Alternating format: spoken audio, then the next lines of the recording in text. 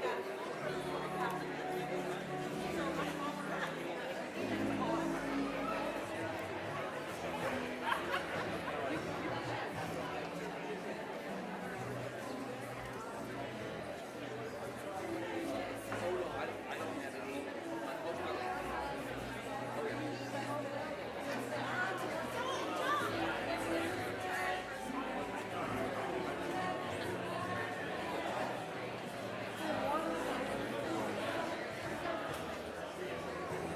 Robin, just the ones that are filled out here, right here. These are just props. These are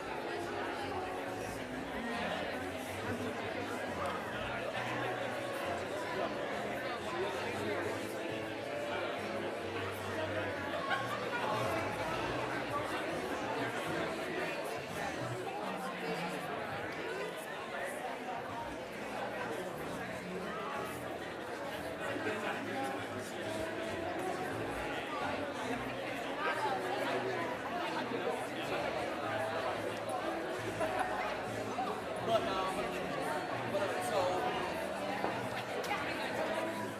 yep.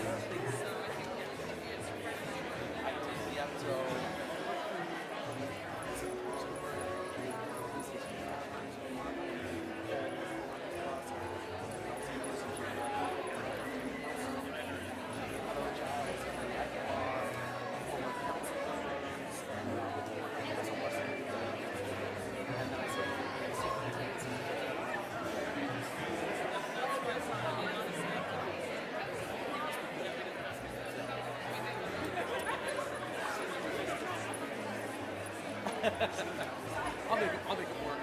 Thank you.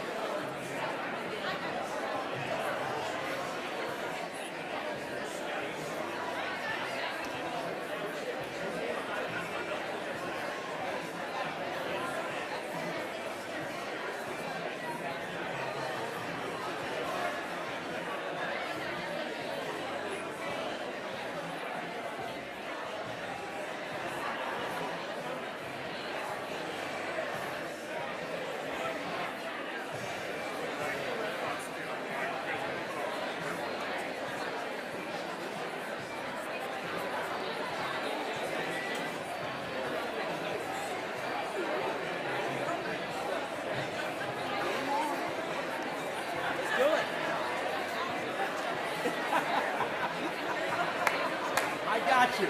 Don't worry.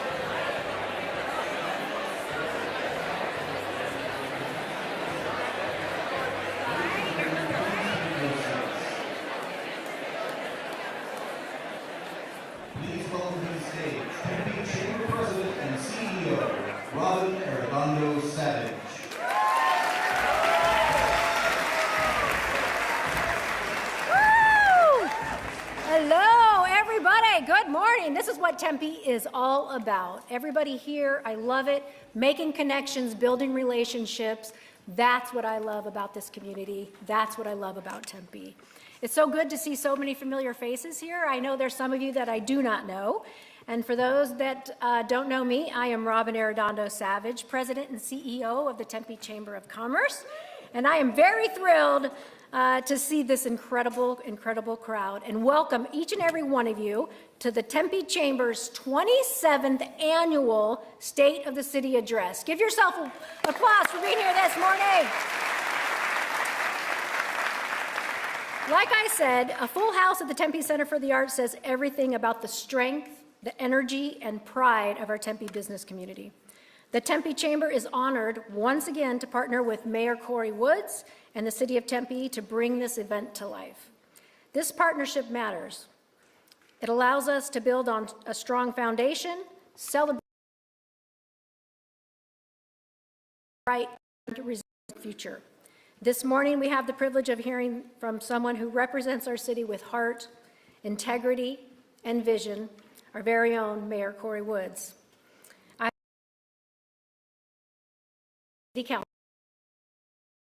With full confidence that Tempe is in very good hands. All right. A special thank you to the City of Tempe and our friends right here at the Tempe Center for the Arts for providing this beautiful space. How many of you have not been here before? Is there some out there that have not? Oh yeah, I hope you really enjoyed it. And those that have been here before, do you still love it? Yes. All right. We love this beautiful space and for being such an outstanding partners for us. And thank you to all the Tempe businesses who joined us early this morning. You are the heartbeat of this community. We really appreciate everything that you do. Serving as your president and CEO continues to be a tremendous privilege for me. For more than a century, the Tempe Chamber has been an unwavering voice of business supporting entrepreneurs, small businesses, large employers, startups, and long-standing institutions. This past year, our chamber has worked hard to strengthen advocacy, expand connections, grow workforce opportunities, and deliver programs that help businesses of every size thrive in Tempe's dynamic and innovative environment. Together, we continue to build a vibrant business community that drives economic vitality and keeps Tempe moving forward.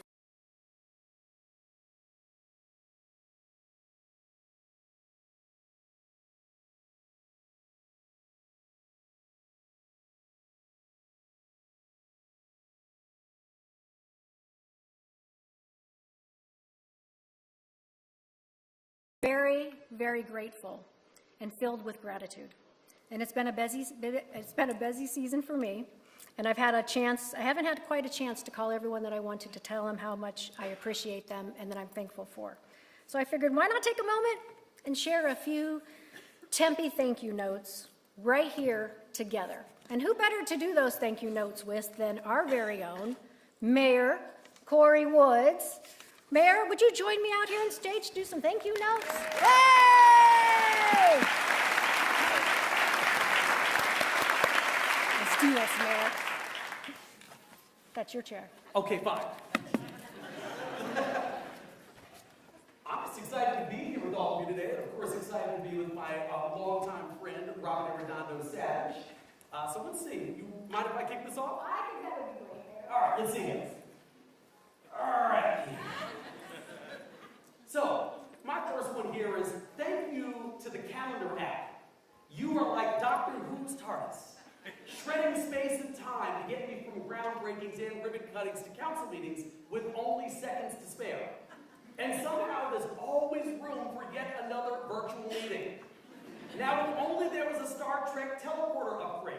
So, if that was the case, I would say, beam me up, Scotty. Or maybe beam me up, Robin. Woo, that's a good one, Mayor. That's very nice. All right, I got a good one. Thank you to our sponsors for helping us put on an event that looks like we have Super Bowl level funding. We do not. But we look like we do, and that's what matters. All right, so my next one here is our breakfast buffet. You were so delicious and full of many, many carbs. So my speech is going to start in about 25 minutes or so, just long enough for you to kick in and make everyone want to take a little or maybe even a big nap. But hey, as we all know, since we're up this early this morning, we could all use a little bit more sleep. So once again, thank you, carbohydrates.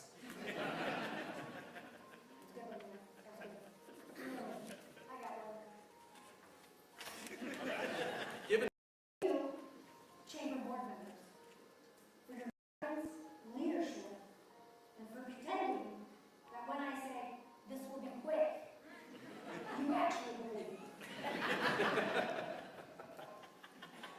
You know, I just want to say to each and every one of you, I am thankful for all of you. We have nearly 200,000 residents that live in the city of Tempe and countless other businesses. I'm just so proud and honored to be mayor and to work with an exceptional city council and staff and members of the Tempe Chamber of Commerce, and most importantly, each and every one of you sitting in the audience and those watching from home. So thank you to each and every one of you. That is my biggest thank you note of the morning. Yes, thank you, Mayor. And you know what? There's so much to be grateful for. There's one more thing that I'm really grateful for, and I think that was the wonderful choir that we have with us here this morning. This amazing, talented group, we love them, and they are here today to perform our national anthem. So, Mayor, will you help me greet the Age Through Temptations? Would you all please rise?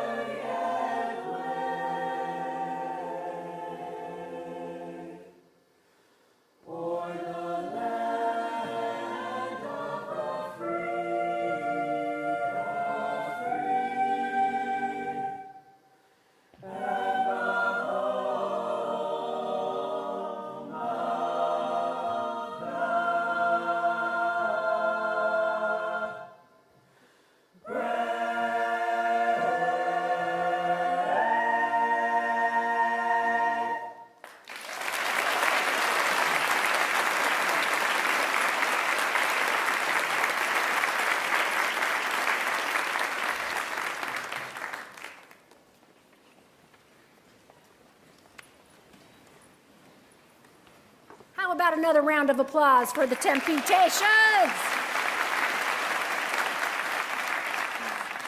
What a great way to start the morning. It's so nice that they were able to join us this morning. So, as many of you know, this event would not be possible without the tremendous support of our sponsors.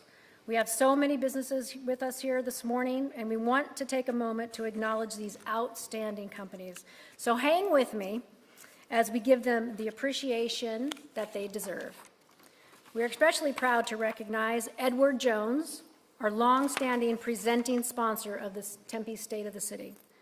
Their continued commitment to Tempe and our business community means so much. Please join me in welcoming Electa Thompson, Tempe Chamber Board of Directors, Tempe resident, and Senior Experience Architect for Colleague Experience at Edward Jones. She's going to share a few words with us. Come on, Electa.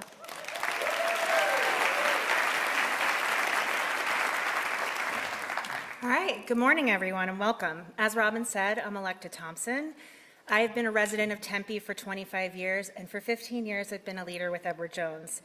It's a pleasure and a privilege to be here surrounded by business, civic, government, and community leaders who are all deeply invested in Tempe. At Edward Jones, our purpose is to partner for a positive impact to improve the lives of our colleagues and clients, and together better our community and society. With more than 20,000 North American financial advisors, we are serving millions of clients in the US and Canada. And at Edward Jones, we're helping people reach their financial goals in thousands of communities, including this one here in Tempe. Next year, we have a milestone. We will proudly be celebrating 25 years at the ASU Research Park. And this is a significant milestone in our firm's history. It is the second campus that we opened. And for a quarter of a century, we have been honored to be part of the Tempe community and part of Arizona. We've built strong partnerships with agencies across the city and across the valley. One of the examples of this is our commitment to the Bag-a-thon. This is a food insecurity food drive that we started here in Arizona 23 years ago. This year we hit a huge milestone, 1 million pounds donated across the history of the campaign. This is proof of the power of collaboration with our community, clients, and colleagues. So I want to say thank you to all of you. I personally raised my children here, went to ASU, go Devils, and started my career here. And it's people like you that invest in this community and make it a great place to work, live, and play. Thank you.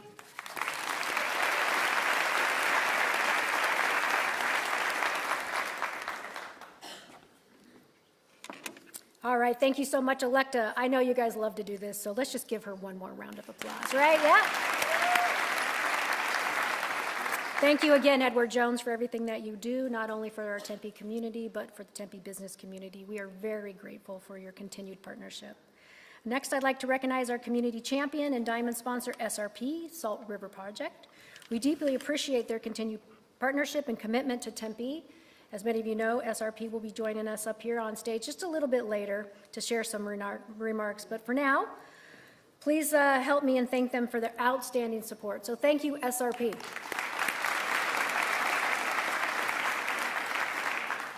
Next, we'd like to recognize our 4 platinum sponsors, BD, the City of Tempe, Vitalent, and Thrive in Tempe. We appreciate their commitment and important role they play in supporting this event and our business community. So please join me in welcoming Stacy Billings, Worldwide Vice President of Human Resources, Peripheral Intervention at BD, to share a few remarks as our platinum sponsor.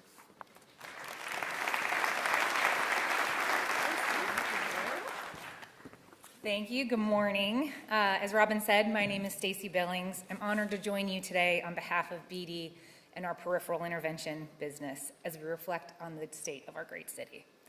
This year's theme is resilience, and it's one that truly reflects who we are and what we do at BD. At BD Peripheral Intervention, our mission is simple. We empower healthcare providers with tools that fight vascular disease, support end-stage renal disease, and detect and treat cancer, helping millions of people live longer, healthier lives.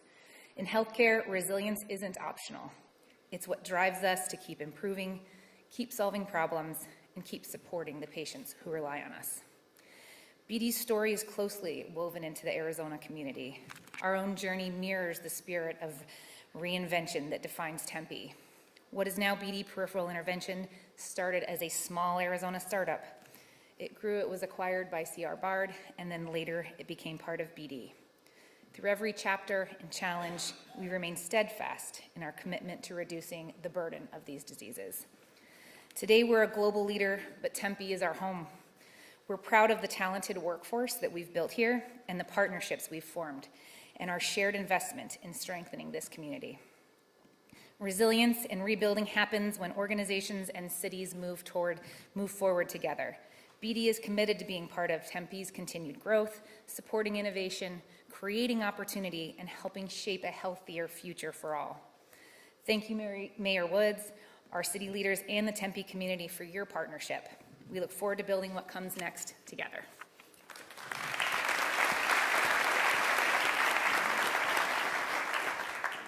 Thank you, Stacy, and thank you, BD, for everything that you do. Our partnerships continue to grow, helping us elevate programs and major events just like this one. But the real strength of the Chamber comes from you, our members. Your investment fuels education, sustainability, workforce development, and public policy initiatives that make a real lasting impact in Tempe.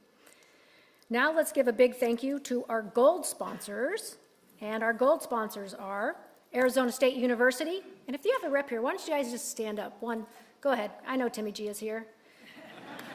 Yeah, stay standing too. All those ASU. All right, DoorDash, Honor Health. Come on, you can stand up. I know you can do it. Phoenix Sky Harbor International Airport and Tempe Officers Association. Yeah, we appreciate your incredible support. Thank you to our gold sponsors. Next, let's keep the gratitude going, and we're going to recognize our silver sponsors, Wexford Development and Tempe Tourism. Tempe Tourism, I know you're in the house. I'm not sure where you are. Thank you for your partnership and your continued support. And because Tempe definitely knows how to show up in a big way, we have an incredible group of copper sponsors to thank as well. So if you have a rep here or you like to stand up, please do. Maybe stretch a little, get those carbs out. APS, Arizona Lottery, and thank you to the Arizona Lottery for those great scratchers. You all have one in your bag. And maybe if there's an empty bag next to you, you can take that too. I don't know. So good luck to all of you, and thank you, Arizona Lottery. Catalyst Development Corporation, Novus, Desert Financial Credit Union, Dignity Health, Global Credit Union. I know I saw Global there in the house. Gorman and Company, Legoland Discovery Center in Sea Life, Arizona, Max 6, Rio Salado College. Yeah, that's right. State Farm. Oh, okay. That's pretty good. That's pretty good. Senders Law Group. Southwest Gas. Sun Construction. Okay, Sun, yeah, they're in the house. Tempe Firefighters Local 493. Okay, down here in the front. Stacy? United Dairymen of Arizona.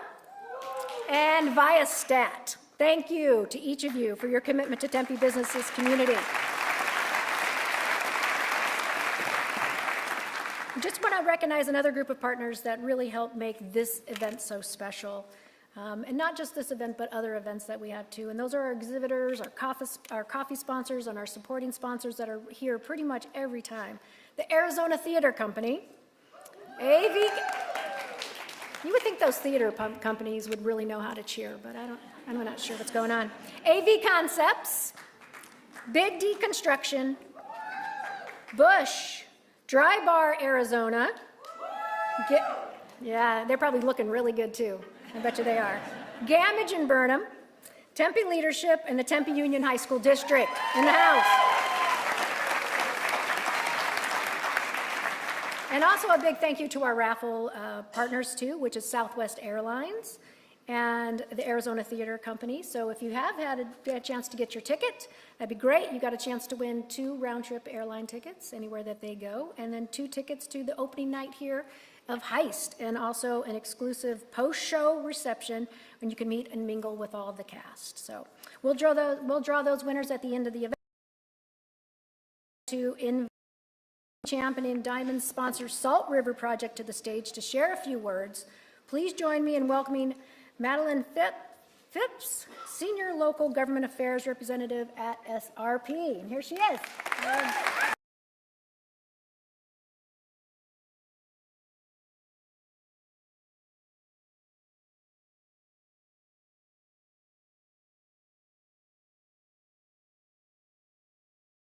And the Tempe Chamber team for being such great partners and for the work you do on behalf of local businesses. SRP is proud to call Tempe home.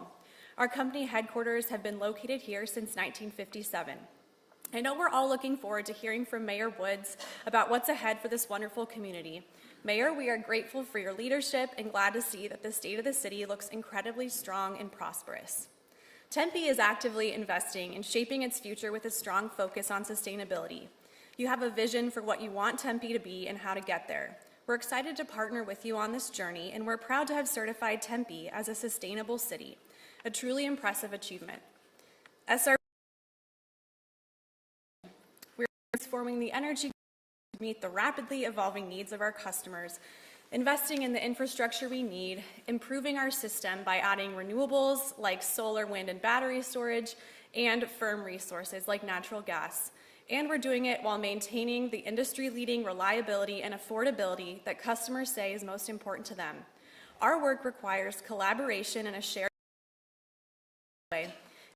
For profit, we strive to always act in the best interests of the people we serve. We're excited to continue to grow our partnership with Tempe with shared initiatives through our Sustainability Memorandum of Understanding. This city has established ambitious goals to advance drought resilience, dramatically reduce carbon emissions, and more, and we're working with you to help find practical, effective solutions. We've already accomplished a lot together, from electric vehicle fleet charging programs to implementing water conservation strategies, and we look forward to a continued partnership that will help build the bright and sustainable future we all want.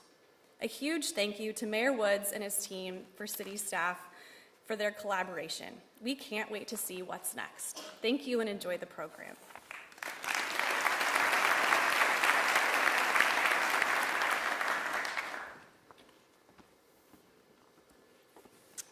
Well, obviously, I'm a little amiss. I was corrected back there because I forgot one of our gold sponsors, which I can't even believe it, because you guys have probably all used it. DoorDash. DoorDash, thank you so much for being a gold sponsor. I apologize for that. And for our final recognition this morning, I just want to honor two groups who really play a critical role in shaping Tempe's success, and whose work touches every corner of Tempe's future. It's our education leaders.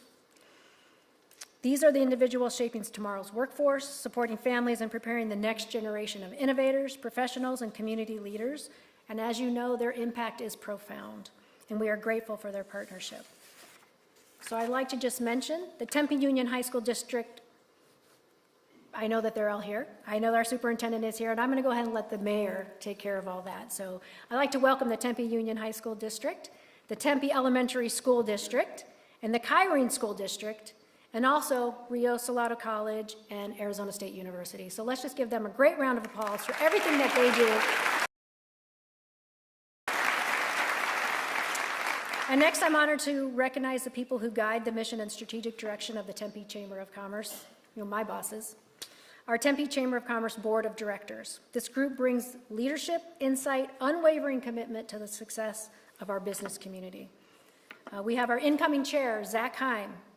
Zach, if you're here, could you please stand? I know you're here, so please, and stay standing. I don't get to tell them what to do very much, but I'm going to do it right now. So past chair, Tom Bingy, Nick Bastian, Sean Brown, Chris Howard, Dee Dee Guerrero Esparza, Dr. Kate Vodder, Electa Thompson, Kate Smith, Lori Foster, Matt Heil, Michael Martin, Patrick Carlson, Paul Quinn, Rosa Inchausti, Stacy Billings, and but not least, Tim Gomez. Thank you. Give them all a great round of applause.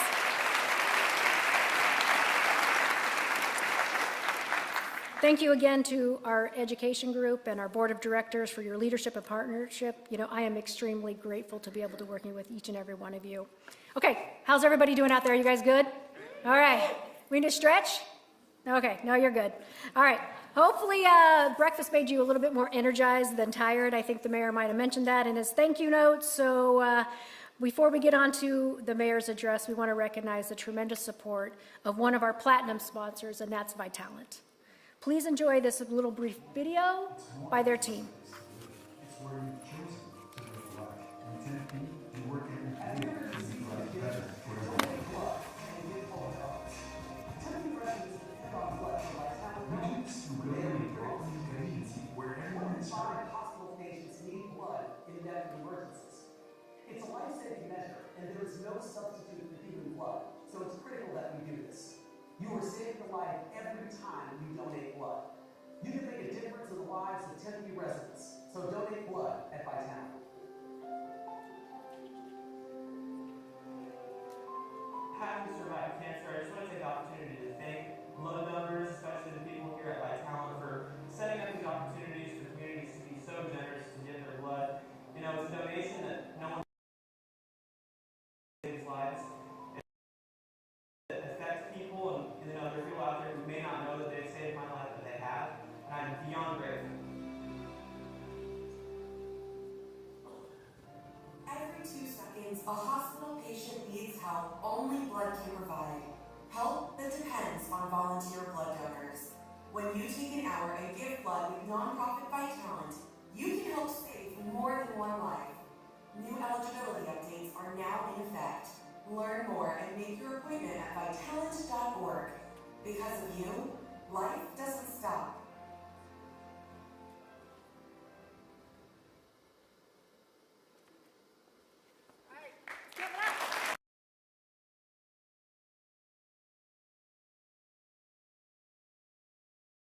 Life-saving work that you do right here in our own community.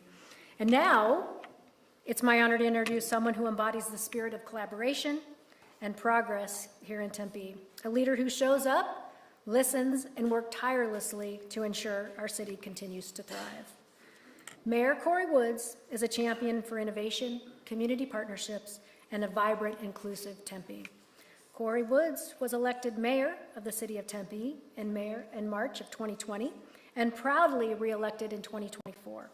Before becoming mayor on the council from 2008 to 2016. And I had the honor of serving right beside him for a few of those years. Mayor Woods has also been recognized statewide and nationally. 2022, advocate by the Arizona Housing Coalition for his work expanding opportunities. He serves U.S. Conference of Mayors, Housing and Community Development Committee. He co-chairs of the National League of Cities Housing Supply Accelerator Steering Committee and is a member of the Mayors and CEOs for the U.S. Housing Investment Coalition. I have the privilege of working closely with Mayor Woods and, like I said, the Tempe City Council, and I can tell you they are an incredible, caring, dedicated, and community-driven group. So before we bring him to the stage, I like to kind of keep you guys hanging just a little bit longer. Please enjoy just this really short video highlighting some of the important work that's happening across our city. Home, it's more than just a place to live. It's where you've chosen to build a life. In Tempe, you work every day to make life better for everyone. We do this through building a welcoming community where everyone is heard.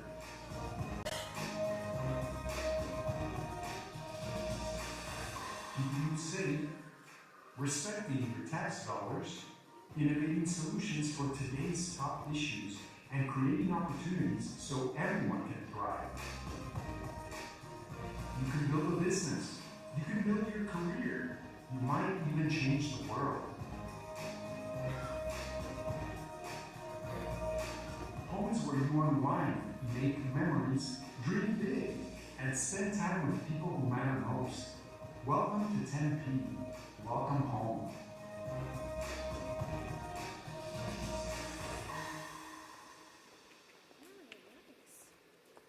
All right, ladies and gentlemen, help me in welcoming the one and only Mayor Corey Woods.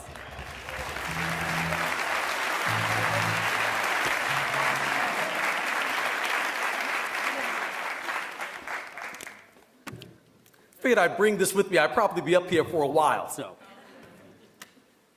Yeah, she said, oh no. Yeah, I know, giving a politician a microphone without any cutoff space is very dangerous, so. Well, good morning to each and every one of you, and welcome to the Tempe Showcase venue this morning. We actually opened the Tempe Center for the Arts back in 2007. Since that time, hundreds of thousands of people have experienced concerts, plays by the Arizona Theater Company, visited the art gallery, and attended events just like this one. So if you haven't been here for a sunset, you are missing something truly spectacular, maybe even a bit spiritual. This building is the cornerstone of our arts and culture program. It's a promise. We wanted the arts to be more inclusive and more accessible to people. So our shows here often focus on people and topics. In arts, our efforts are working. The TCA had a record number of visitors for its Return of the Force show, which explored the connection between indigenous cultures and the Star Wars franchise. My favorite part of the exhibition was Hopi R2, a life-size R2-D2 droid customized with traditional Hopi pottery designs. We didn't want art to just simply stay within the four walls of the TCA either. Art is practically everywhere you look in Tempe. We had more than 400 arts events this year, like Arts in Your Parks, concerts at the Tempe History Museum, and even classes. Our public art team has deployed more than 200 pieces, with 13 more in the works right now. This is art you happen upon while you're doing other things, sometimes like driving under the Mill Avenue overpass. We also welcomed a volunteer arts group to the community this year, the Tempe Arts and Music Coalition, led by Jacqueline Swan, Haley Mills, and artist Keelan Maney. For more than a decade, Rob Moore nurtured an incredible arts atmosphere at Donnell Plaza. TAMC has picked up where he left off, amplifying the creative community that already existed. I'm excited about this group's future, and I appreciate the involvement of all of these wonderful people. So every year I talk to you a little bit about our community survey. It's a tool we've used to measure our resident satisfaction for over 20 years. You know what services people said they liked the most this year? Our trash pickup and our library.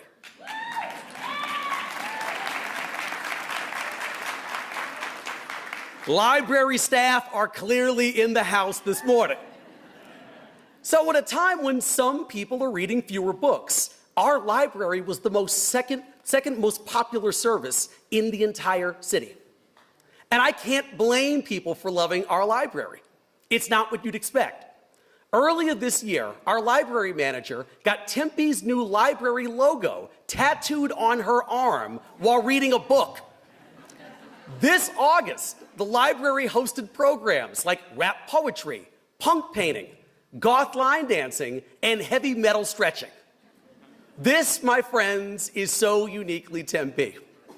Art, music, culture, these reflect who we are and yet who we strive to be. They are the soul of any city. But before I get into the details of this year's hopes and this year's accomplishments, I'd like to introduce some of the people who help us achieve them, our federal, state, and local representatives. Let me go here into my trusty pocket here and get the list, because I always want to make sure that I have the most updated list I can possibly have, because I don't want any of our dignitaries chasing me into the parking lot after this. We have here from the city of Chandler, Mayor Kevin Hartke.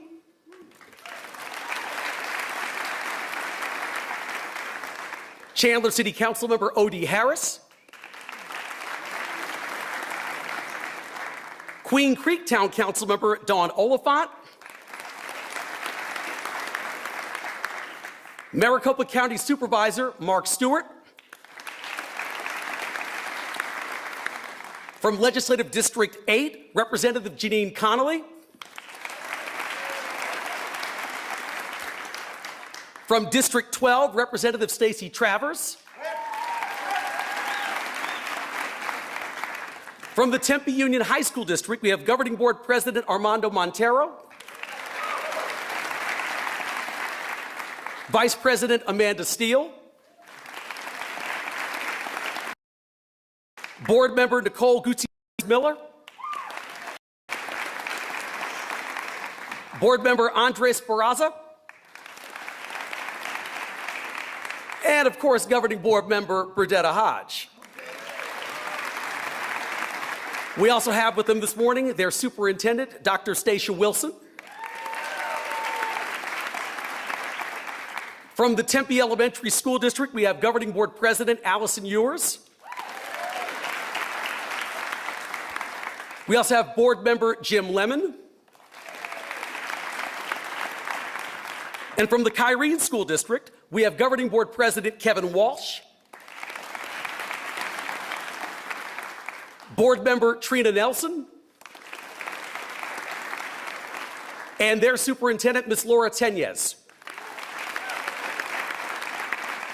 We also have President of the Rio Salado College here, Dr. Kate Smith. Former Tempe Mayor, the Honorable Neil Giuliano. Former Mesa Mayor, the Honorable John Giles. We have the Honorable Elenia Aguilar. And several other people who have served this community and so many communities around the valley. I want to introduce them. We have the Honorable Shanna Ellis. The Honorable Joel Navarro. The Honorable Carlos Galinda Elvira. The Honorable Monica Trejo. Honorable Marcelino Quinones. Honorable Bernadette Coggins. And of course, our host today, the Honorable Robin Arredondo Savage. I'd also like to make sure to recognize our city leadership. City Manager Rosa Inchausti. Chief Deputy City Manager Greg Reese. Deputy City Manager Keith Burke. And Deputy City Manager Lisette Camacho. Also with us today are members of the Tempe City Council. Not only do they work hard to serve our community every day, but each of them also chairs a council subcommittee. These groups stem from a desire to dig deeper into issues that are brought to our attention by residents, many times topics that are personal or important to community members and, of course, the council members themselves. So before I go into the subcommittees here, I want to introduce the people who are standing to my right. Vice Mayor Doreen Garland. Councilmember Jennifer Adams. Councilmember Nikki Amberg. Councilmember Arlene Chin. Councilmember Burdetta Hodge. And Councilmember Randy Keating. So I talked a little about these subcommittees that the council members chair. They usually only meet for a few months, but the results are long-lasting. Vice Mayor Garland chairs two, the age-friendly and the community connection and engagement subcommittees. These two committees are intended to find ways to bring people into community conversations and make our city more welcoming for people of all ages. Councilmember Jennifer Adams chairs the Motorized and Electric Mobility Device Safety Subcommittee. When scooters and electric bikes first became popular, there was a 127% increase in injuries from those devices that required emergency room treatments. She's working to see what we can do to reduce this number. Councilmember Nikki Amberg leads the Town Lake Revitalization Subcommittee, looking for ways to activate Tempe Town Lake. Just recently, we approved a new cycle boat where groups of people can pedal their way around the lake while enjoying a beer. So you can tell people that you're getting in shape. Tempe has added many new mid-rise buildings in the last few years, and some of these have vacant ground floors. Councilmember Chin's mixed-use subcommittee is focused on finding ways to encourage developers and property managers to fill those spaces with the kinds of businesses and services that our community truly needs. I know there are people here today who could help with just that mission, and I'm sure that Councilmember Chin would like to connect with you afterwards. Many people today also have pets, as we know. And as a matter of fact, a little note here, of all 7 of us, I am the only member of council without a dog. So I know people think I'm evil because of that, but I promise I'm not. You know, I'm just never home anymore since I became mayor, so. But most of you probably in the audience have pets. And we know there have been some recent changes to state laws regarding animal welfare. So Councilmember Hodges' Animal Welfare and Cruelty Subcommittee is intended to strengthen our policies and help our four-legged friends thrive. Sometimes the law, though, isn't enough of a deterrent. Councilmember Randy Keating started the Drink Spiking Education and Prevention Subcommittee because of the number of people who had told him about their horrific experiences. The actions of this committee could save lives. I look forward to seeing its results come back to the council so we can collectively take action. Councilmember Keating is also leading the Tempe Term Limits Policy Subcommittee. So to each and every one of my council colleagues, I want to say you're extraordinary people to work with. I consider you all to be good friends, and thank you for all the work that you do for the city. Thank you.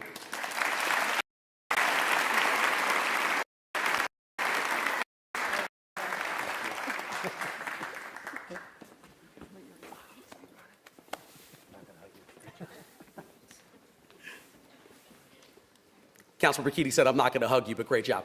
I'd also like to thank the Honorable Robin Arredondo Savage, the Tempe Chamber of Commerce, Edward Jones, and all of the sponsors for their work to make today's event so successful. So if I had to sum up the state of our city in one word, I'd say effective. So last November, residents approved a $581 million bond package to help us accomplish some critical projects for our city. Repair our roads, improve our parks, build new fire stations, and I can tell you we didn't wait to get started. In April, we opened a completely renovated fire station number 2 at Hardy Drive with advanced life support tools, a dedicated space for training and operation systems specifically designed to help crews working 24-hour shifts stay healthy. The second part of that station is currently under construction. From January through October, Tempe firefighters responded to nearly 25,000 calls for service. And I'd like to thank Chief Darrell Duty for his exemplary leadership.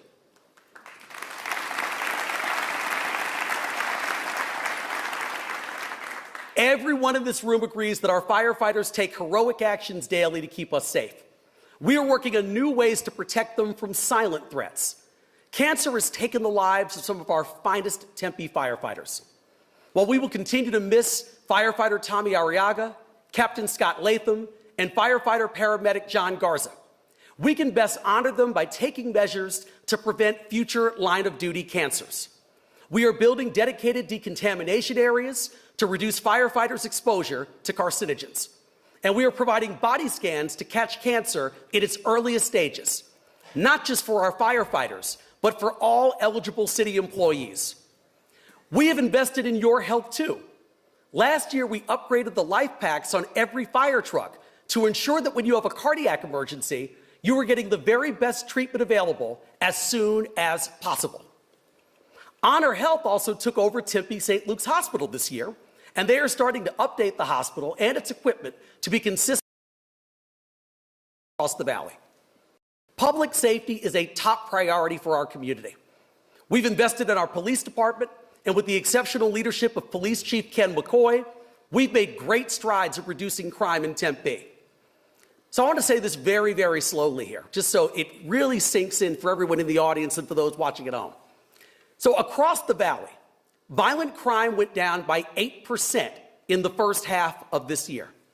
However, in Tempe, in the first half of 2025, violent crime went down by 21%. And it's gone down every year since 2021. This is a direct result of the work that we've done to make our city safer. The Tempe Police Department opened its real-time operations center last year. This technology allows officers to respond faster, get important information quicker, and solve crimes more efficiently. This year, Tempe Police launched special operations targeting violent crime and street racing.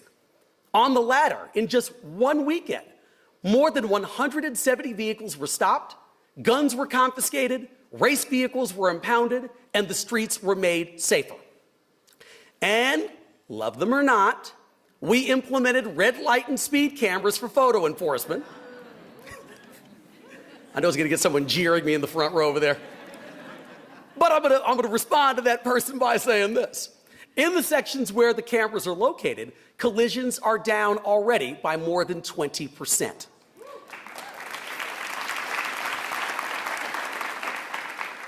That is really saving lives in this community. Chief McCoy has also realigned police operations to be more focused and effective. But above all, The core values of excellence, professionalism, and compassion are an even more integral part of Tempe police culture. That standard for excellence and respect resonates throughout the entire department and echoes into our community. In fact, we hosted the first Citizens Police Academy in 8 years, shining a light on how we prevent, respond to, and solve crimes. So I want to say from the bottom of my heart, thank you, Chief McCoy.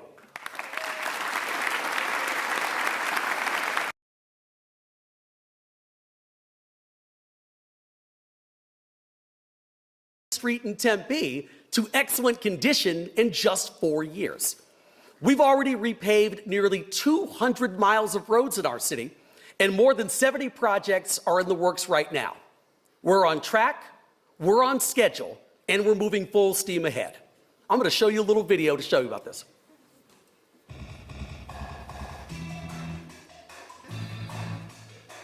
Last November, Tempe voters passed a bond allowing us to accelerate our street paving projects. In our most recent survey, Tempe streets were among the top 3 priorities of our residents. We've been working for nearly a year, and we will continue for the next couple of years to improve paving quality citywide. We all know Tempe is a fast-growing city, and we have the best multimodal transportation system in the state. We look forward to completing these paving projects and continuing to build really great infrastructure for the city, so we're ready for the next generation of growth and change, and cool things coming for Tempe. You can see which streets will be scheduled for 2026, see the 4-year plan, or search for your street to see when it will be improved.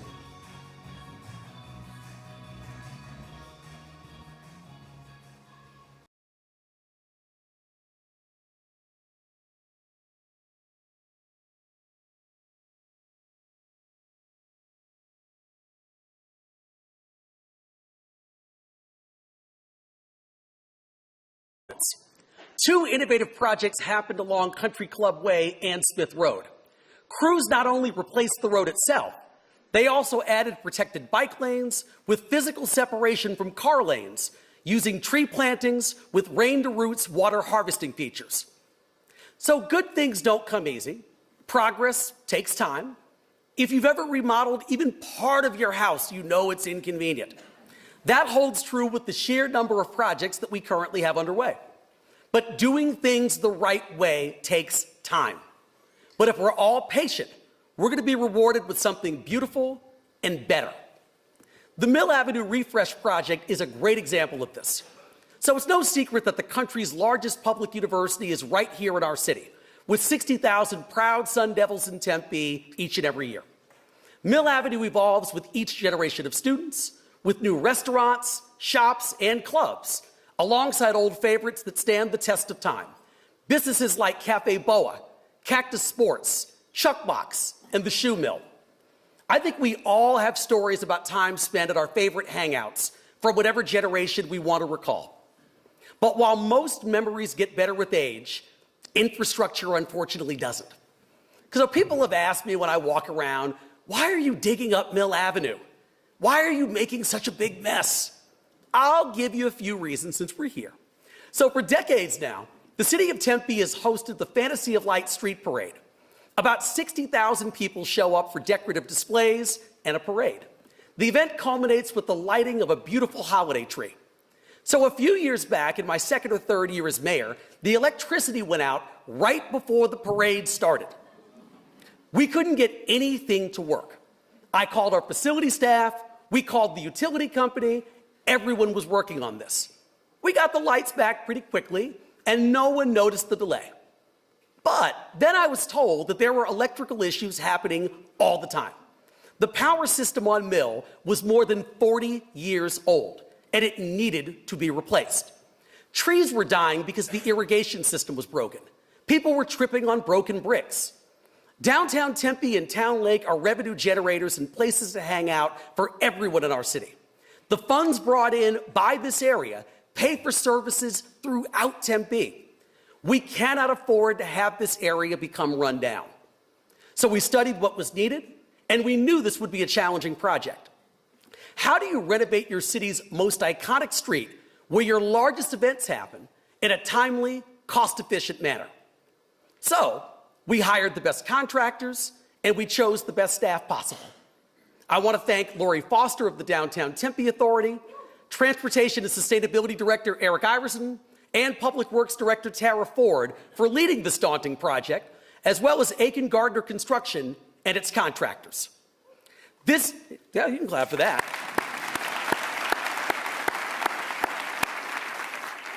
As someone who lives downtown, I definitely want to clap for that. So, this nimble team worked 20 hours a day in the heat of summer to move this project ahead so that Mill Avenue businesses would be less impacted during peak tourism seasons. It was a huge undertaking for the construction crews and for the businesses. For some of our newer Mill Avenue businesses, places that were still trying to establish themselves, it was challenging. But they persevered, and they are now a thriving part of our ecosystem. Knee Deep Denim, Neon Spur, Last Rodeo, the Plant Mill, these are some of our newest favorite places. And speaking of the Plant Mill, to Cassidy, if she's watching, I need her to stop by I need to go by her shop at some point, because I need to go grab some new succulents and some new plants. She is a wizard at this stuff. I am still quite the novice. The work is actually nearly complete. We laid 65,000 square feet of new bricks. We made wider ADA accessible curbs, and to add some flair, we placed gorgeous mosaics of iconic Tempe places to 19 corners. We also planted more than 100 new trees to provide the trademark shade that Mill Avenue is known for. We updated the entire electrical system. This will give our special events a larger footprint and even more capabilities. So let me tell you, last weekend, I was relieved when I pushed the button to light the holiday tree and everything went up. I think that Lori Foster and I were the most relieved people in all of downtown. We did all of this and more while welcoming thousands of people each day and hosting 50,000 plus people for Sun Devil football games and dozens of other special events. The Mill Avenue Festival of the Arts is this upcoming weekend. So I hope you each get a chance to attend, maybe check out some of our fabulous new storm drains. But no, seriously, actually support the incredible artists and the merchants in the downtown. So it isn't just the infrastructure of Mill Avenue that's getting a refresh. The same is true of the mix of businesses. Our downtown has evolved to include 40,000 residents of all ages and a workforce of 50,000 people. Tempe was rated among the top 10 places in the United States to find a job this year by Wallet Hub. And our downtown has fantastic places for professionals to live. And as I said before, I should know, this diversity opens up new businesses can take advantage of new demographics of downtown Tempe, as well as today's lifestyle, and a lot of these folks are really making the investment in our downtown. DoorDash has been a game changer in the restaurant business. COVID got people into the habit of having all kinds of cuisine delivered directly to their homes. When they go out now, they want experiences, not just food. So restaurants have shifted, cultivating better in-person delivery. Oh my gosh. Hey Dot, how are you? Do you have something for me?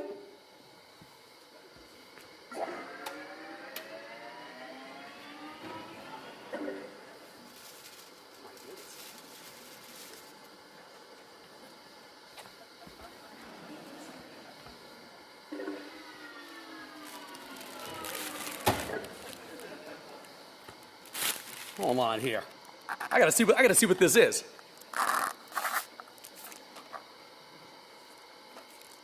Oh, it's my favorite. It's the iced chai from Brick Road Coffee.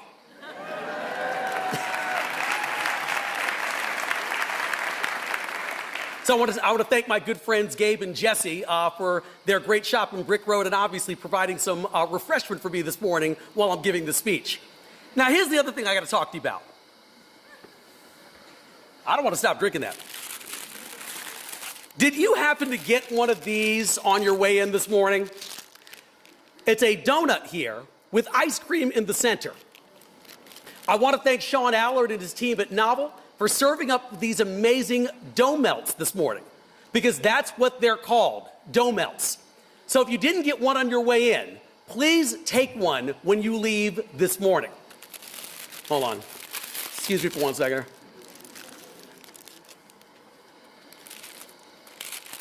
Whoa. All right, that's good.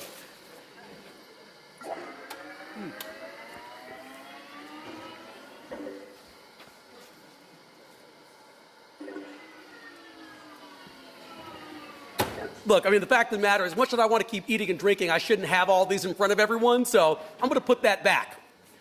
But once again, before you leave today, make sure you pick up your own dough melt. And I should mention as well, it'll be later on, you'll see, novel ice cream will be coming to the old Walker House, so make sure to check that out. I'm going to talk about that in a bit. But I was saying, you could have a scoop of ice cream at any fast food, or, like so many of you today, and you could experience the nation's best ice cream from a local shop served up by an ASU alum in a warm glazed donut. So I know which one I want. As I mentioned, soon you're going to be able to have this ice cream at the historic Walker House, which used to be House of Tricks.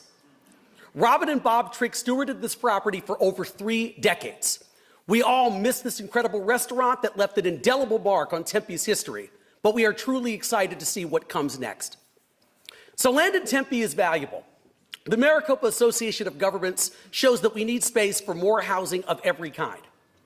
Wexford Developments bought the Walker House and First Congregational Church properties to build a new 30-story apartment project, the Hub on Campus Tempe.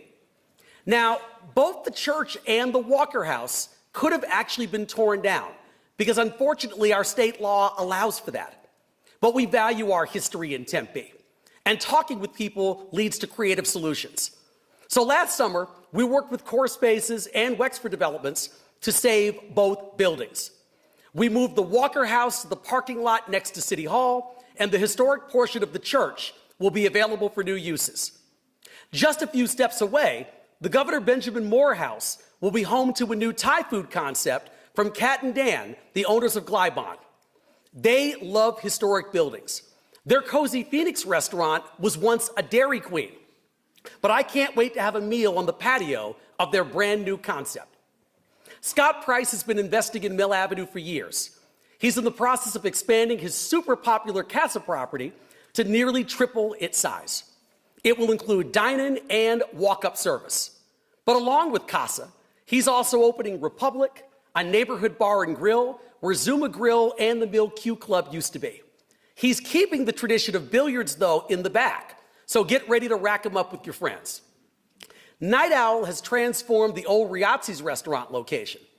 Owners Tucker Woodbury, Chucky Duff, Ari Bracamonte, and Logan Purser have found the perfect Tempe 80s vibe, with skateboards, pinball, and even a fortune teller machine.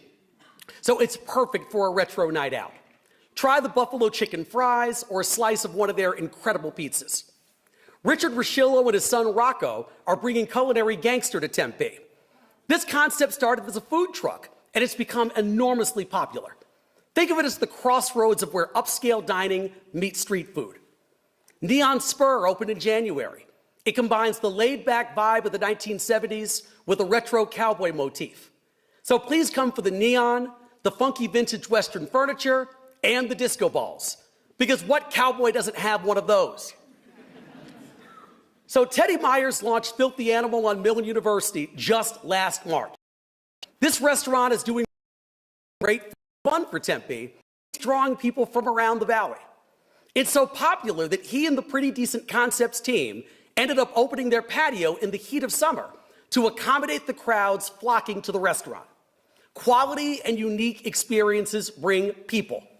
In a couple of months, Teddy and celebrity chef Scott Conant, you might have seen him on Chopped, they're going to open up Roman God of Fire, an Italian restaurant designed to look like an old 1600s cathedral. But can you tell I obviously love to eat? I could tell you why I think that these and the other concepts are coming to downtown Tempe, but I think we'd rather hear it from them directly. So please. Not only am I the mayor, but I'm frankly a total foodie.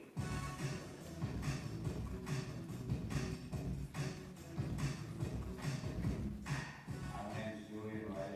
Been a bar and restaurant owner on Mill Avenue for 25 years now. Valleys, and I wouldn't be doing this Harmon project if I didn't have belief that it's going in the right direction. But I do feel like Mill Avenue is starting to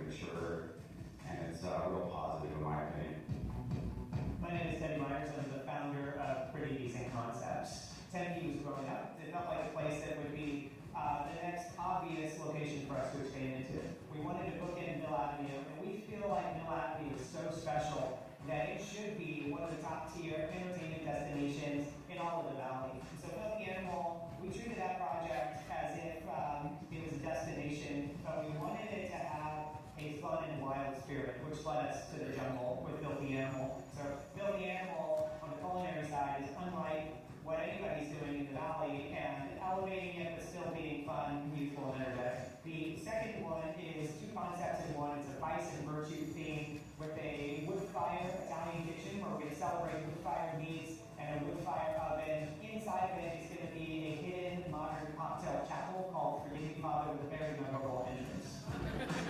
My name is Dan Robinson. We're going to be moving into the Morehouse here, setting up shop, and opening a restaurant here. We love creating a space that takes a life of its own, and people come in and share special times, and have fun. It's a perfect fit. We love it.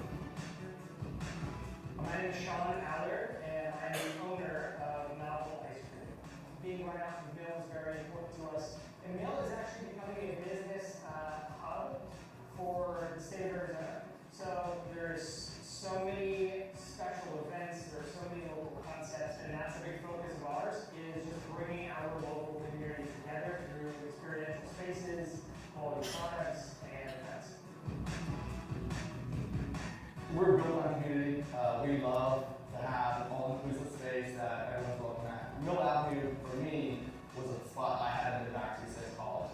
And once we started exploring it, getting down here and going to different spots over the last 4 or 5 months, we can see the vision. I think it's going to be a nice fit to something we've always tried to do, like you said, is be part of the community.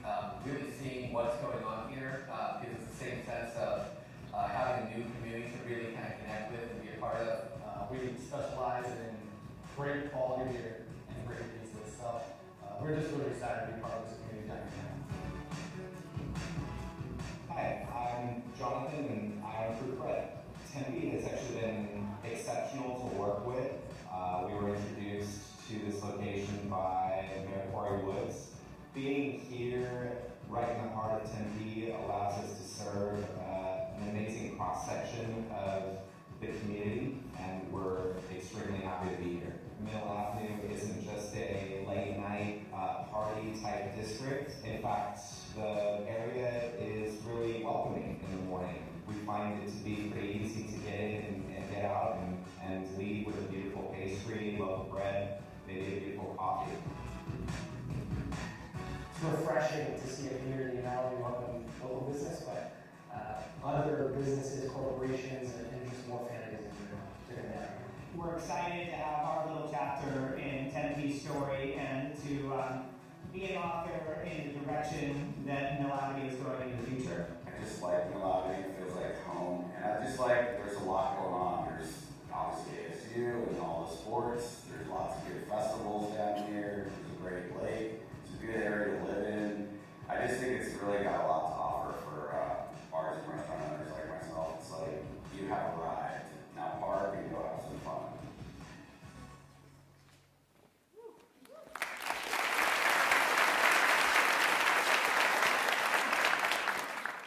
So if you grew up in Tempe, went to college here, or raised a family here, you probably have very fond memories of Mill Avenue. The same holds true of people today. We are all looking for the pleasantly surprising, the warmth of friends, and new places that will soon be familiar. These are the Instagrammable moments that we'll look back to someday. That's what this generation and this new demographic wants in today's downtown and the Town Lake area. It's why the new Town Lake taxi that ran on game days was so popular. Speaking of which, I should also, I did notice in the audience who was in that video, Sue Rigler from 100 Mile Brewing, who I saw in the audience at some point. So I remember that video, Sue, I'm telling you. You could probably walk from your parking lot to the stadium in about the same amount of time that the water taxi takes. But hundreds of people chose to enjoy the ride with friends and see the lake in an entirely different way. I should also note that the restaurants are not just in downtown. Development is happening throughout the city. South Tempe Square is getting Mediterranean Ice House. And I should note, this restaurant has won 13 world championships for its pizza. Also in South Tempe is Bar Capri, famous for handcrafted cocktails and all things Italian. We've also got favorites of mine like Drink Me Tea Room, which is one of the places that I get my teas from. So I want to make sure to point out some of these places because there are incredible spots all throughout the city, from north, south, east, and west, and they all deserve tremendous recognition. I should also say, too, on Apache Boulevard in the cul-de-sac development, one of my all-time favorite restaurants is Cocina Chihuas. And over there, Armando Hernandez and Nadia Holguin have opened up Aruma Cafe. It's open early for pastries and espresso and tea beverages, and then it transforms into your favorite wine bar at night. These restaurants are only some of the developments that are coming to our community. During the last year alone, we've issued 2,853 building permits with an overall construction valuation of over $649 million. Based on these permits, you should see 13 active cranes working on new buildings along Apache Boulevard, around Tempe Town Lake, and in our downtown. We also broke ground on La Victoria Commons on the same day as last year's State of the City. Construction is well underway to bring 5 stories of affordable apartments, 19 affordable for-sale townhomes, an integrated COPA Health clinic, and a cafe to the Apache Boulevard area. The Boyer Company is bringing Rio 2100, a 315-unit, 6-story apartment building to the Tempe Marketplace area. And Dorsey Station was recently approved, where the old Food City on Apache used to be. So I'm going to just say this very quickly here. That project, because there's been some talk about this recently, it's really the benefit of having exceptional residents that come to you and tell you about the things that you need to do in your community that makes this city such a fantastic place. And it was the chair of the Hudson Manor Neighborhood Association, Mr. Phil Amorosi, who I see right here in the front of me, that, give Phil a big round of applause. He's now never going to talk to me again because I just embarrassed him in front of 500 people. But I will tell you, when Bashas' was closing that Food City back in 2021, Phil actually came to me directly and said, what can we actually do to make sure that we get affordable housing, but more importantly, that we get a grocery store back in this neighborhood? This is one of the fastest growing sections of Tempe, and frankly, without a grocery store, we're going to become a complete food desert. And so without Phil's leadership and frankly telling people like myself and the city council about what needed to be done, we might not have taken action. So it really is through the benefit of our residents and people like Phil that we're such an exceptional community. But I should also note about that development at Dorsey Station. 90% of the planned apartments will be affordable, and many of those affordable apartments are going to be set aside for our seniors.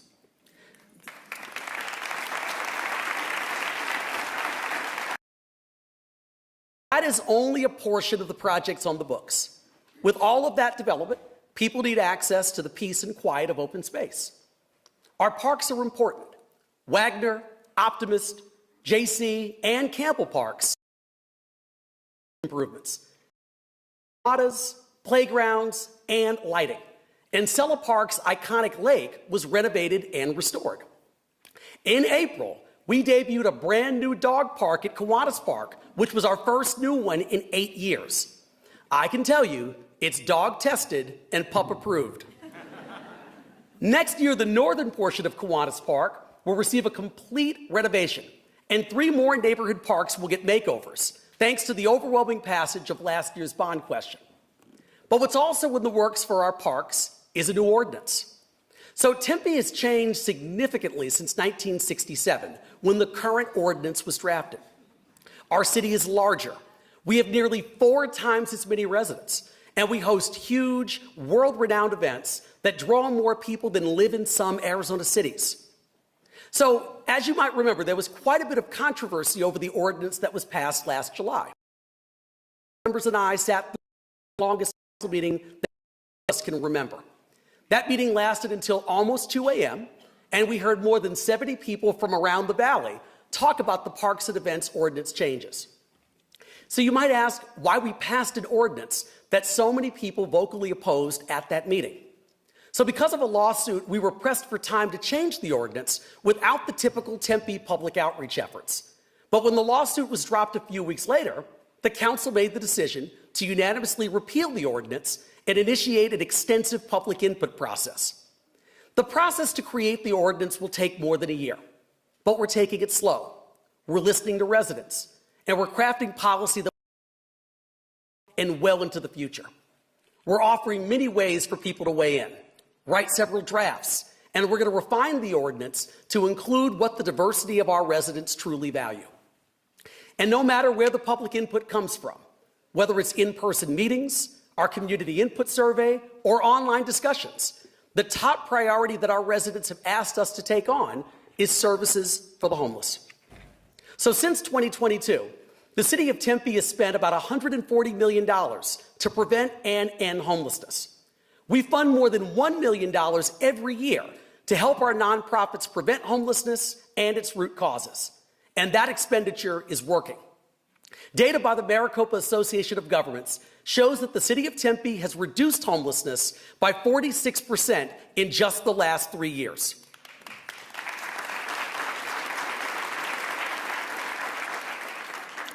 There are other numbers that prove this out. More than 3,000 people have received help to resolve their housing situations from our Hope Homeless Outreach Team. That's 3,000 people off of the streets and in a comfortable bed of their own. And yet there is still a need. We're going to continue to find ways to help our community's unhoused residents and work on bringing our community even closer together. But now I want to switch over to a different topic. The storm that ripped through our city back on October 13th. Let's watch a video.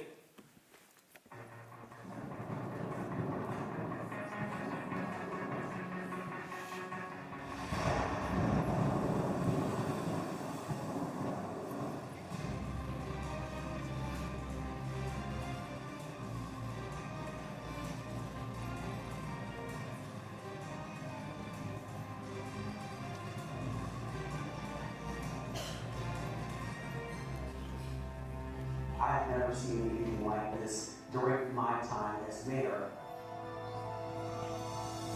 There was an industrial center where the roof was completely ripped off, and over 64 businesses did not have the ability to continue operating. Countless homes had trees fall on. The fact of the matter is we didn't lose any lives that day, and I think that's also very important to note.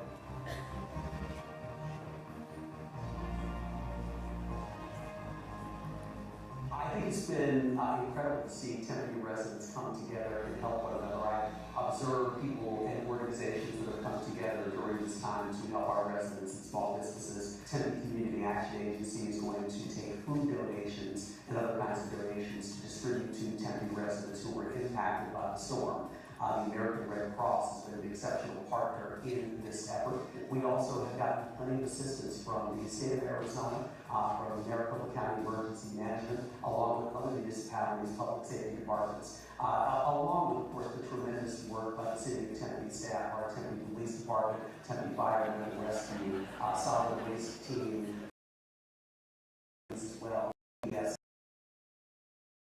And restoring power and cleanup and all of the recovery. So it's going to take a lot of time to get Tempe looking the way that it was, frankly, before the storm. The resilience of the people and the number of groups and organizations that are involved, we are going to rebuild, and we're going to do it as quickly as possible.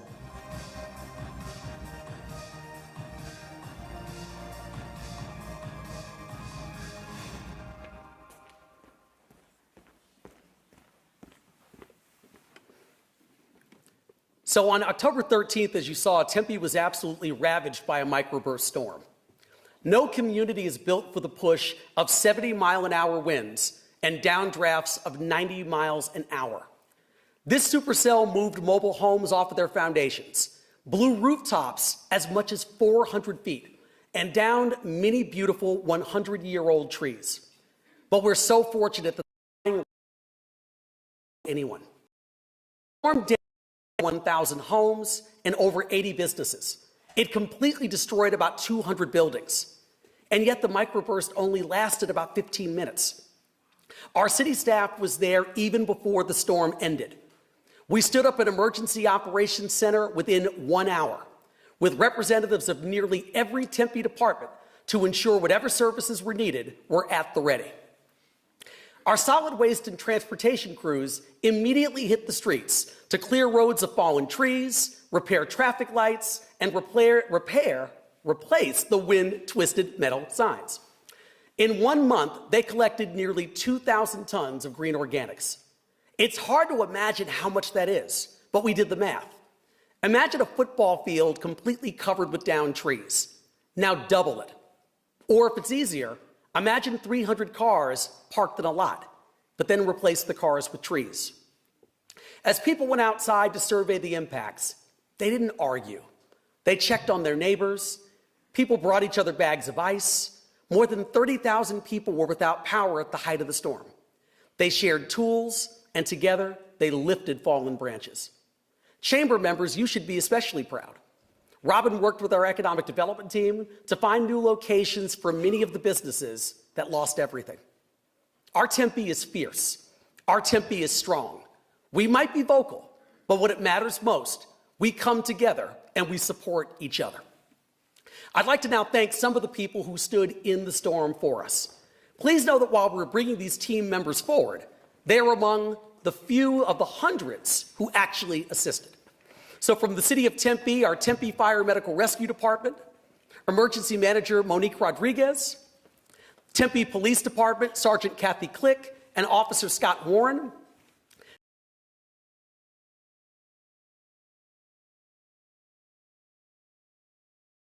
Kirkpatrick, and Urban Forester Richard Adkins, Community Health and Human Services, Michael Garrison, Chris Charlo, and Dr. Jacqueline Webster, Tempe Public Works, Rufino Uribe, and Jesse Bernal, Tempe Transportation, Efren Torres, Hector Ayala, and Sam Carlson, and from the nonprofit community, from the American Susanna Abbey, from Maricopa County Department of Emergency Management, Ron Coleman, Amy Mankins, and of course, Maricopa County Supervisor Mark Stewart. Our friends at the state of Arizona could not join us today, but we still want to make sure to give special thanks to the Arizona Department of Emergency Management, Gabe Levine, and Governor Katie Hobbs. And from the federal government, our representatives from the Small Business Administration, Christian Lewis, Danielle Haywood, and Ellen Israel, and our federal representatives from Congressman Greg Stanton, Senator Mark Kelly, and Senator Ruben Gallego. Please give all of these people behind me a huge round of applause.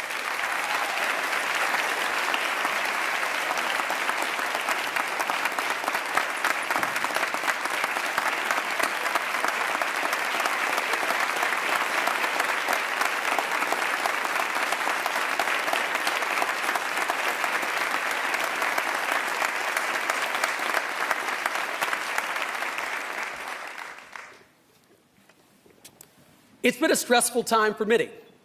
Some people are still dealing with storm damage and the impacts from delayed SNAP benefits and the temporary shutdown of the federal government.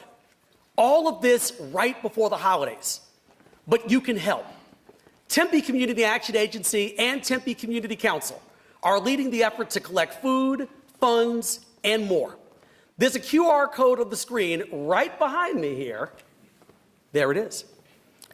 This will take you to Tempe Needs You, which is a one-click way to give. We are weathering this storm together. Tempe has always been a city that knows who we are. You saw it the moment that you walked into the Tempe Center for the Arts this morning. Our arts, our music, our culture, they tell the story of a community that values creativity, welcomes every voice, and takes pride in building something meaningful together. That identity carried us through an extraordinary year. It carried us through a storm that tested us and through moments when uncertainty threatened to divide us. But it never did. When it matters most, Tempe stands together. We show up for one another. And now we look ahead.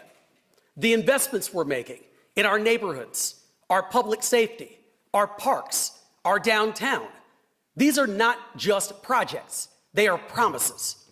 Promises that the next generation will inherit a city that's stronger, kinder, and even more connected than the one that we steward today. Tempe's story has never been about what one of us can do alone. It's about what we can accomplish when we collectively listen, when we care, and when we choose to act with purpose. That spirit, the same spirit that fills our galleries, our classrooms, our stages, and our streets, is what will continue to define Tempe's tomorrow. I am truly grateful to serve you. I'm inspired by what we've built, and I'm excited for what comes next. Because what I know is that whatever comes next, we are going to build it together. Thank you.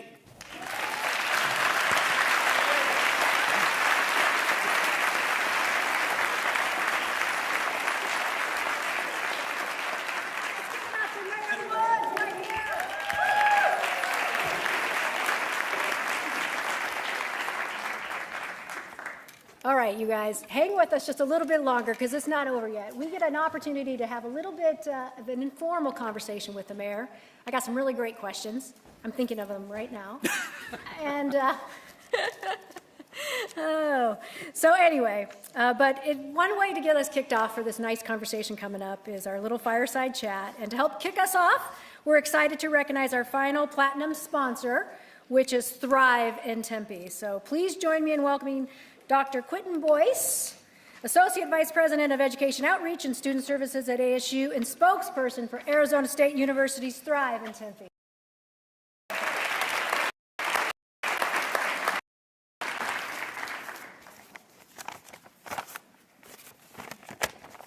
Good morning.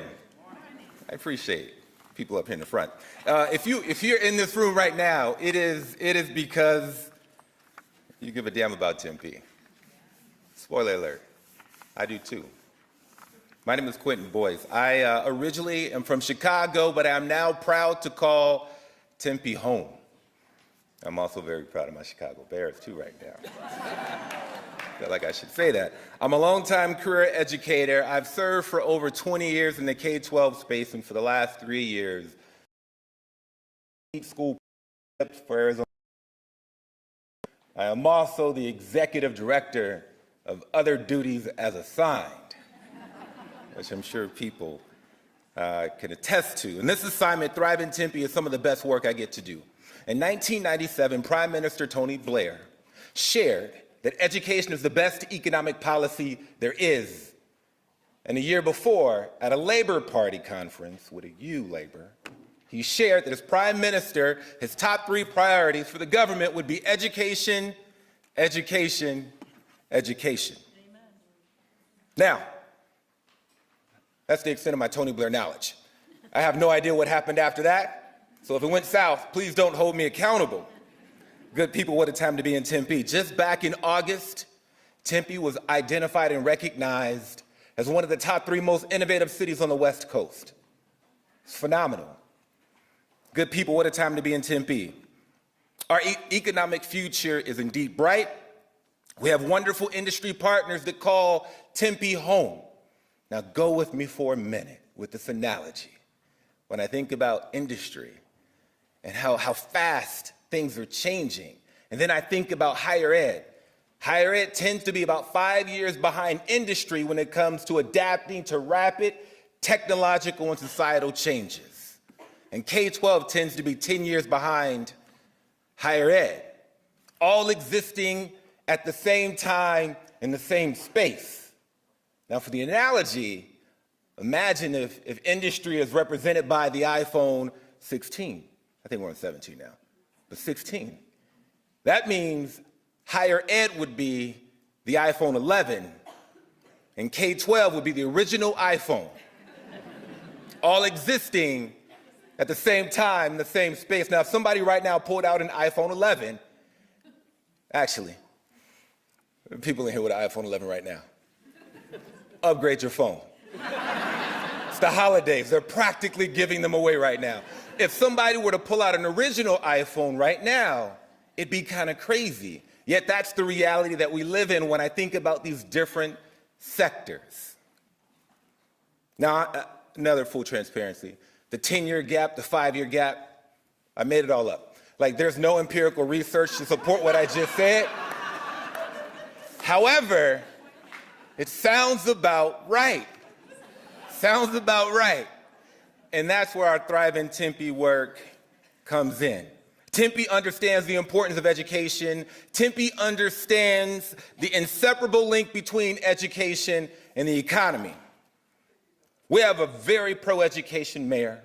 We have a pro-education city council, city staffers, pro-education chamber, 3 phenomenal K-12 school districts, including Tempe Union, Kyrene Elementary, Tempe Elementary, a remarkable community college, and a repeatedly innovative university, all sharing the same geography. Collectively, we've been working together as a community to communicate both inside of Tempe and outside of Tempe that Tempe is the place to live, to work, to play, and to send your children to school. We have amazing options from preschool to grad school, from ABCs to PhDs, all located right here. Thrive in Tempe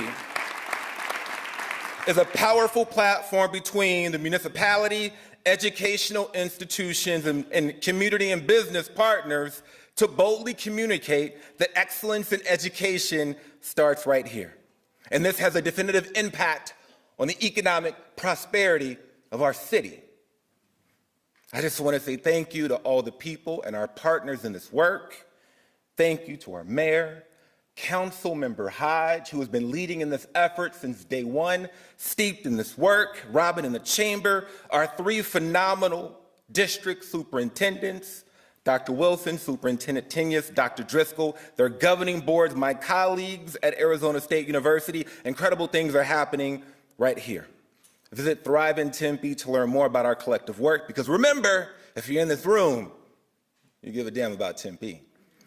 And with that, I'm excited to introduce the next part of our program, Fireside Chat with our mayor, Corey Woods, moderated by Tempe Chamber Robin Arnaldo Savage.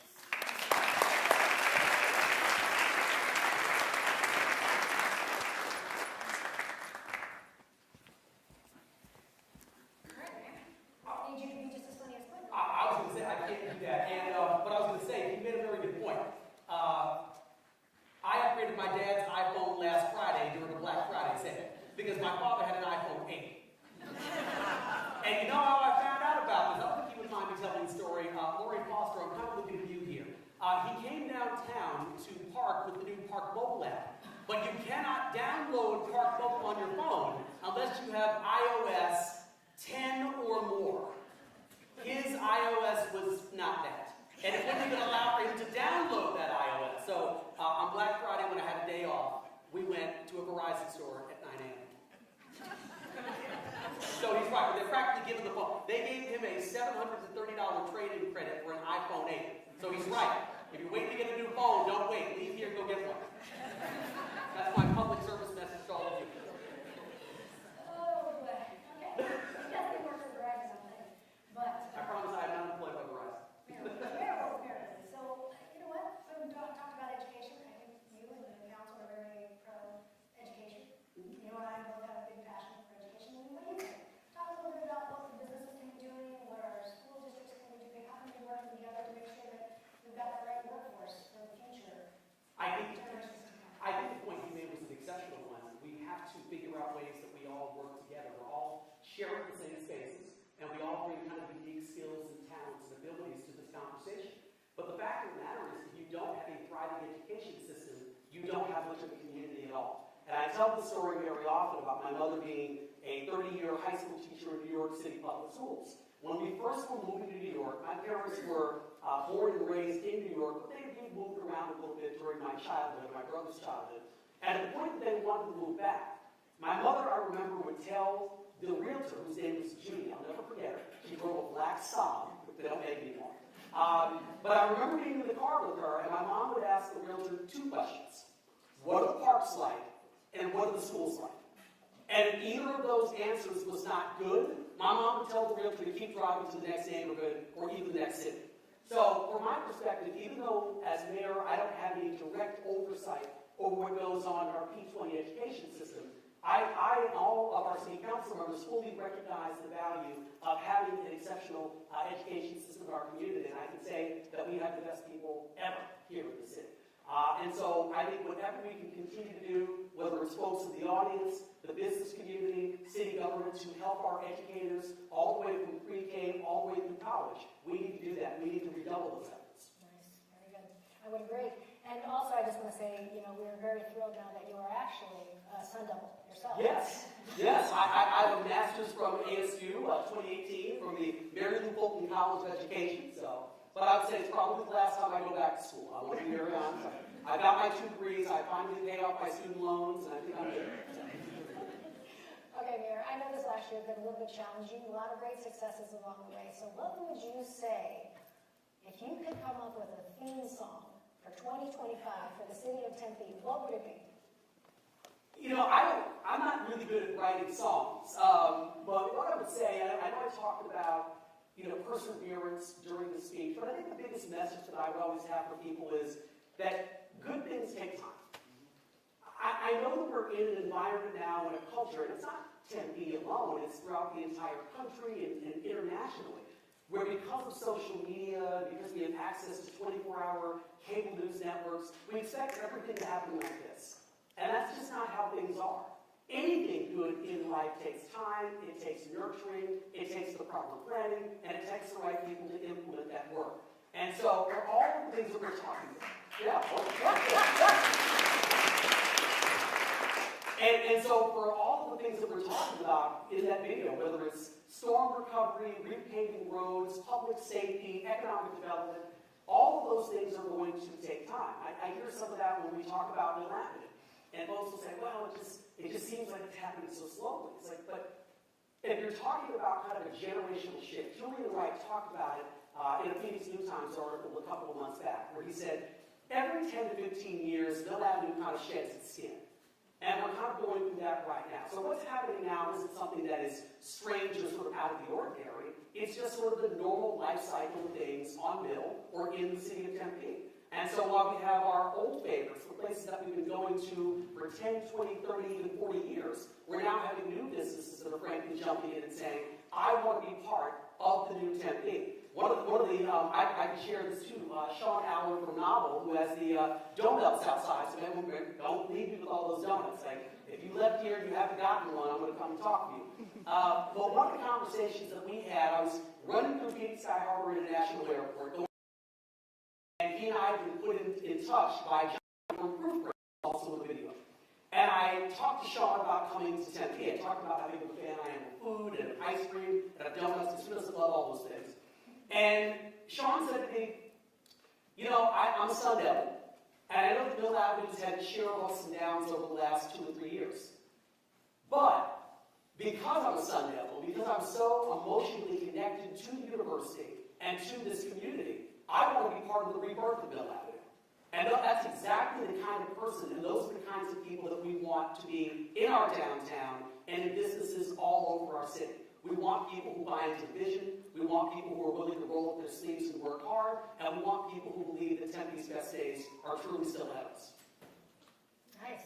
I almost kind of forgot what the question that was. That was the longest song title ever. That's why I've never had a record deal, and I never will. Mayor, I know you have a big passion about re-energizing downtown and really working on Mill Avenue. I mean, can you talk a little bit about when development happens, how that really is beneficial for the entire community? I think the biggest thing is, look, I'm very passionate about what goes on in our downtown. Also, I'll note too, I saw Nick Bash in the audience earlier too. I'm very passionate about what's happening in South Tempe. I remember, when he came to me at one point and they talked about that corner at the northwest corner of Burl and Warren. That had been a vacant lot for forever. And the biggest thing that a lot of our South Tempe residents told us is, hey, we need stuff down here too. We need things that we can walk or bike or take a short car ride to, but we don't benefit from having vacant lots in this community. The same thing happened at the southwest corner of Kyrene and Guadalupe. That was an 8-acre dirt lot for 47 years. And now we're actually doing workforce housing, 229 units of apartments that are going to be for people making between $40,000 to $60,000 a year.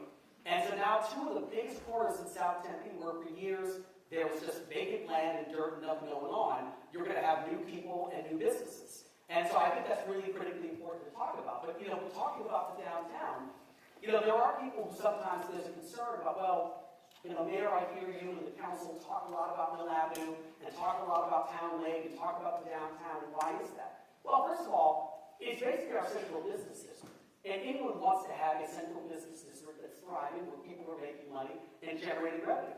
But the biggest thing I try to tell people is that we basically get revenue from 3 different sources as sort of city officials. It's either sales tax, hotel bed tax, and property tax. Property taxes are very low in Arizona, as we know, so you're not generating a lot of money there. So pretty much, if people aren't spending money or actually traveling to your city for business or pleasure, you're going to be in a whole world of hurt. So having a downtown and a Mill Avenue and having businesses all over this community that thrive, where people are spending money or coming here for festivals like the Art Festival, frankly, that's what generates the money that we use to pay our police officers, our firefighters, our human services workers, our solid waste employees, our transportation employees. That really is the engine that we use to fund the people that do the great work that make this city what it is. We've got 2,000 exceptional people who work in the city of Tempe, led by our very dynamic city manager, Rosa Chelsea. And frankly, we need to have a thriving business community to make sure that we can pay all of those employees who provide the top-notch services that our residents and businesses get to experience every day. So we need to have a thriving downtown. We need to have a thriving Apache Boulevard. We need a thriving South Tempe. We need all of the city, frankly, to thrive. And while I'm still around, and while this council is still around, we're going to do everything we can to make that happen. I love it. I love that. Way to go, Mayor. Yes. Yeah, give it up for Mayor. I know there was that you pretty much have an on-site schedule. And It's a rumor. it is. I mean, your last day off was when?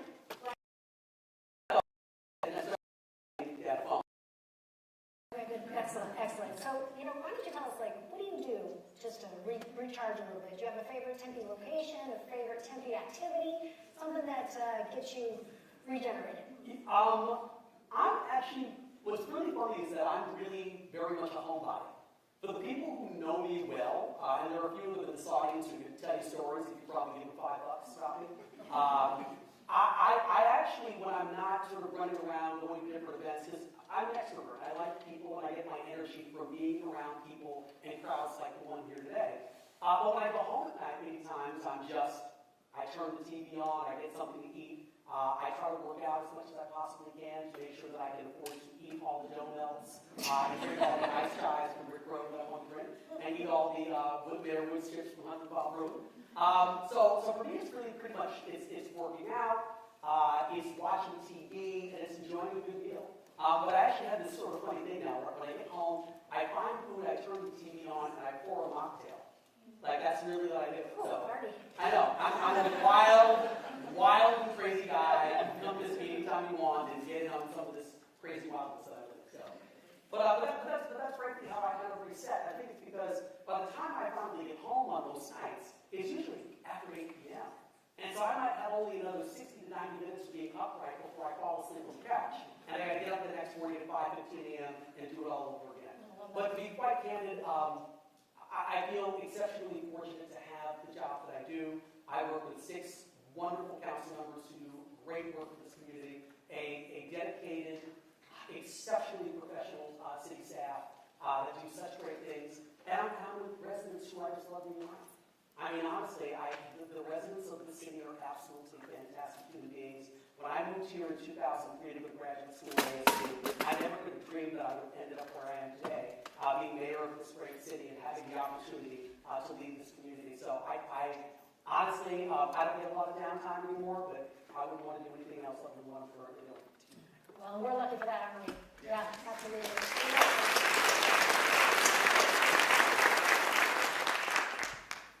Okay, Mayor, I feel like you're telling us more secrets, so why not one more? What is one thing that you don't even think that one person in this audience knows about you? And make it good. The problem is that everyone in this audience does know everything about me. I'm such an open book. I think I should look for my counselor. I'm sure they would have some story they can tell about me that the public doesn't quite know as of yet. See, they're laughing because they know that they have some. I honestly can't. I'm not trying to cop out on this one. I think It's just that I really am very much an open book with the people around me. I mean, people know when I'm happy, they know when I'm sad, they know when I'm frustrated about something. I many times wear my emotions on my sleeve, except sometimes when I'm running council meetings and I have that sort of stare that kind of always comes over my face in some of the more difficult moments. But quite candidly, I mean, I'm a pretty open book. I will tell people exactly what I'm thinking at all times. I mean, and some of those folks have, they hear from me on a very regular basis. I mean, Josh Rutherford has to hear from me all the time about all the economic development work in downtown Tempe. I'm calling about, have we got this done? Is this happening? And I'm like, I'm sorry I'm bothering you. I don't want to bother you. You're not bothering me. I like the fact that you want to get stuff done and you kind of run on this sort of constant motor. And he does too. And so I think for me personally, I'm an open book. If you want to know something, just ask. But honestly, there's really nothing that I can tell you that you probably don't already know. You're probably right about that. I'm going to give you one quick thing, and I know that one passion that we share too is the importance of the employees that work for the city of Tempe. And you mentioned the 2000, you talked about Josh, and you mentioned some others. And we are very fortunate to live in this wonderful community that has a great quality of life, and that just doesn't happen just because. It really does take great leadership, but it also takes those people on the ground. Is there anything that you would like to mention or talk about when it comes to the Tempe's wonderful workforce? The employees of the city are truly the backbone of what makes things actually work. Myself and the council, I don't think they would mind me saying this. We have the ability to manage policy and to make critically important decisions on behalf of the community as their elected representatives. But at the same time, we are not in charge of the logistics or the operations. It really is led by our city manager and her team, all of those functions. And so quite candidly, from my perspective, if you don't have the staff that you don't have a functioning city. Now, when I think about the work that the staff does, I mean, many of these people are working 40, 50, sometimes 60 hours a week to make sure that we have the best possible city that we can. And I'm frankly in awe of them because I spend a lot of time, sometimes when you're in politics, you unfortunately have to be a little bit of a generalist. You have to know a little bit about a lot of different things in order to govern and to cast votes on a Thursday night. But when you actually talk to members of our staff and you realize the exceptional depth of knowledge they have in their given subject areas, I'm just frequently blown away. And I like to spend time talking with them, not just before meetings on Thursdays because I'm trying to get an answer to a question, but just sometimes because I'm in awe of what they know. And I want to know more. I'm trying to be a sponge because they're teaching me a lot, not just about my job, but just also about the city and how their jobs are and how meaningful they are. So to each and every person who works for the city of Tempe, my hat's off to you. You are incredible people. You are the backbone of what makes this city such a great place. And when our residents stop me and talk about the quality of the parks, when they stop and talk to me about the quality of the public safety and solid waste pickup and human services and everything under the sun, it's because of the staff. I don't take any credit for that at all. I say, I may get to show up on a Thursday and cast votes for 2 or 3 hours, but at the end of the day, it's the staff that works around the clock to make the city such an exceptional place to live, work, and raise a family. So thank you to each and every member of the City of Tempe team for the work that you do.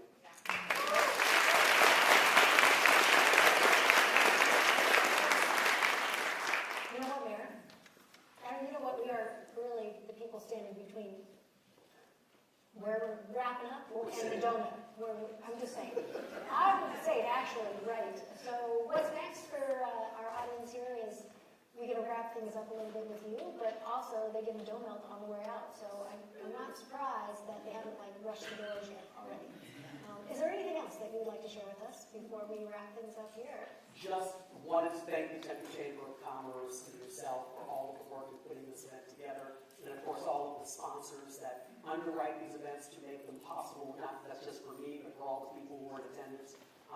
And on a personal note, it's just so wonderful to have an opportunity to work so closely with you. We were colleagues on the City Council for a long time together, and we're even better friends. And so to see you in this role as the President and CEO of the Tempe Chamber makes me exceptionally happy, and it makes me know that when we're working with the business community in town, they really have a dynamic voice in Rob Arredondo Savage, who's going to always make sure to advocate for them, and knows exactly who to call at City Hall when something needs to get done. So, and so quite honestly, thank you for all of your work, and thank you to the Chamber and the sponsors for putting this on today.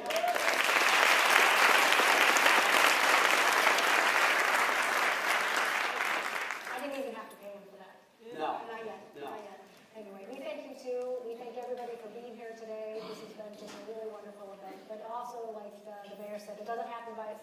small mighty chamber team that are here, and I just want to say thank you to each and every one of them, and also to the workers that are right here at the Tempe Center for the Arts. They worked really hard to pull this together. This is a new venue for us to try something a little bit different, and I thought it was really great. I thought they did a great job, and so we're very grateful for everything. So let's give it up one more time for Mayor. I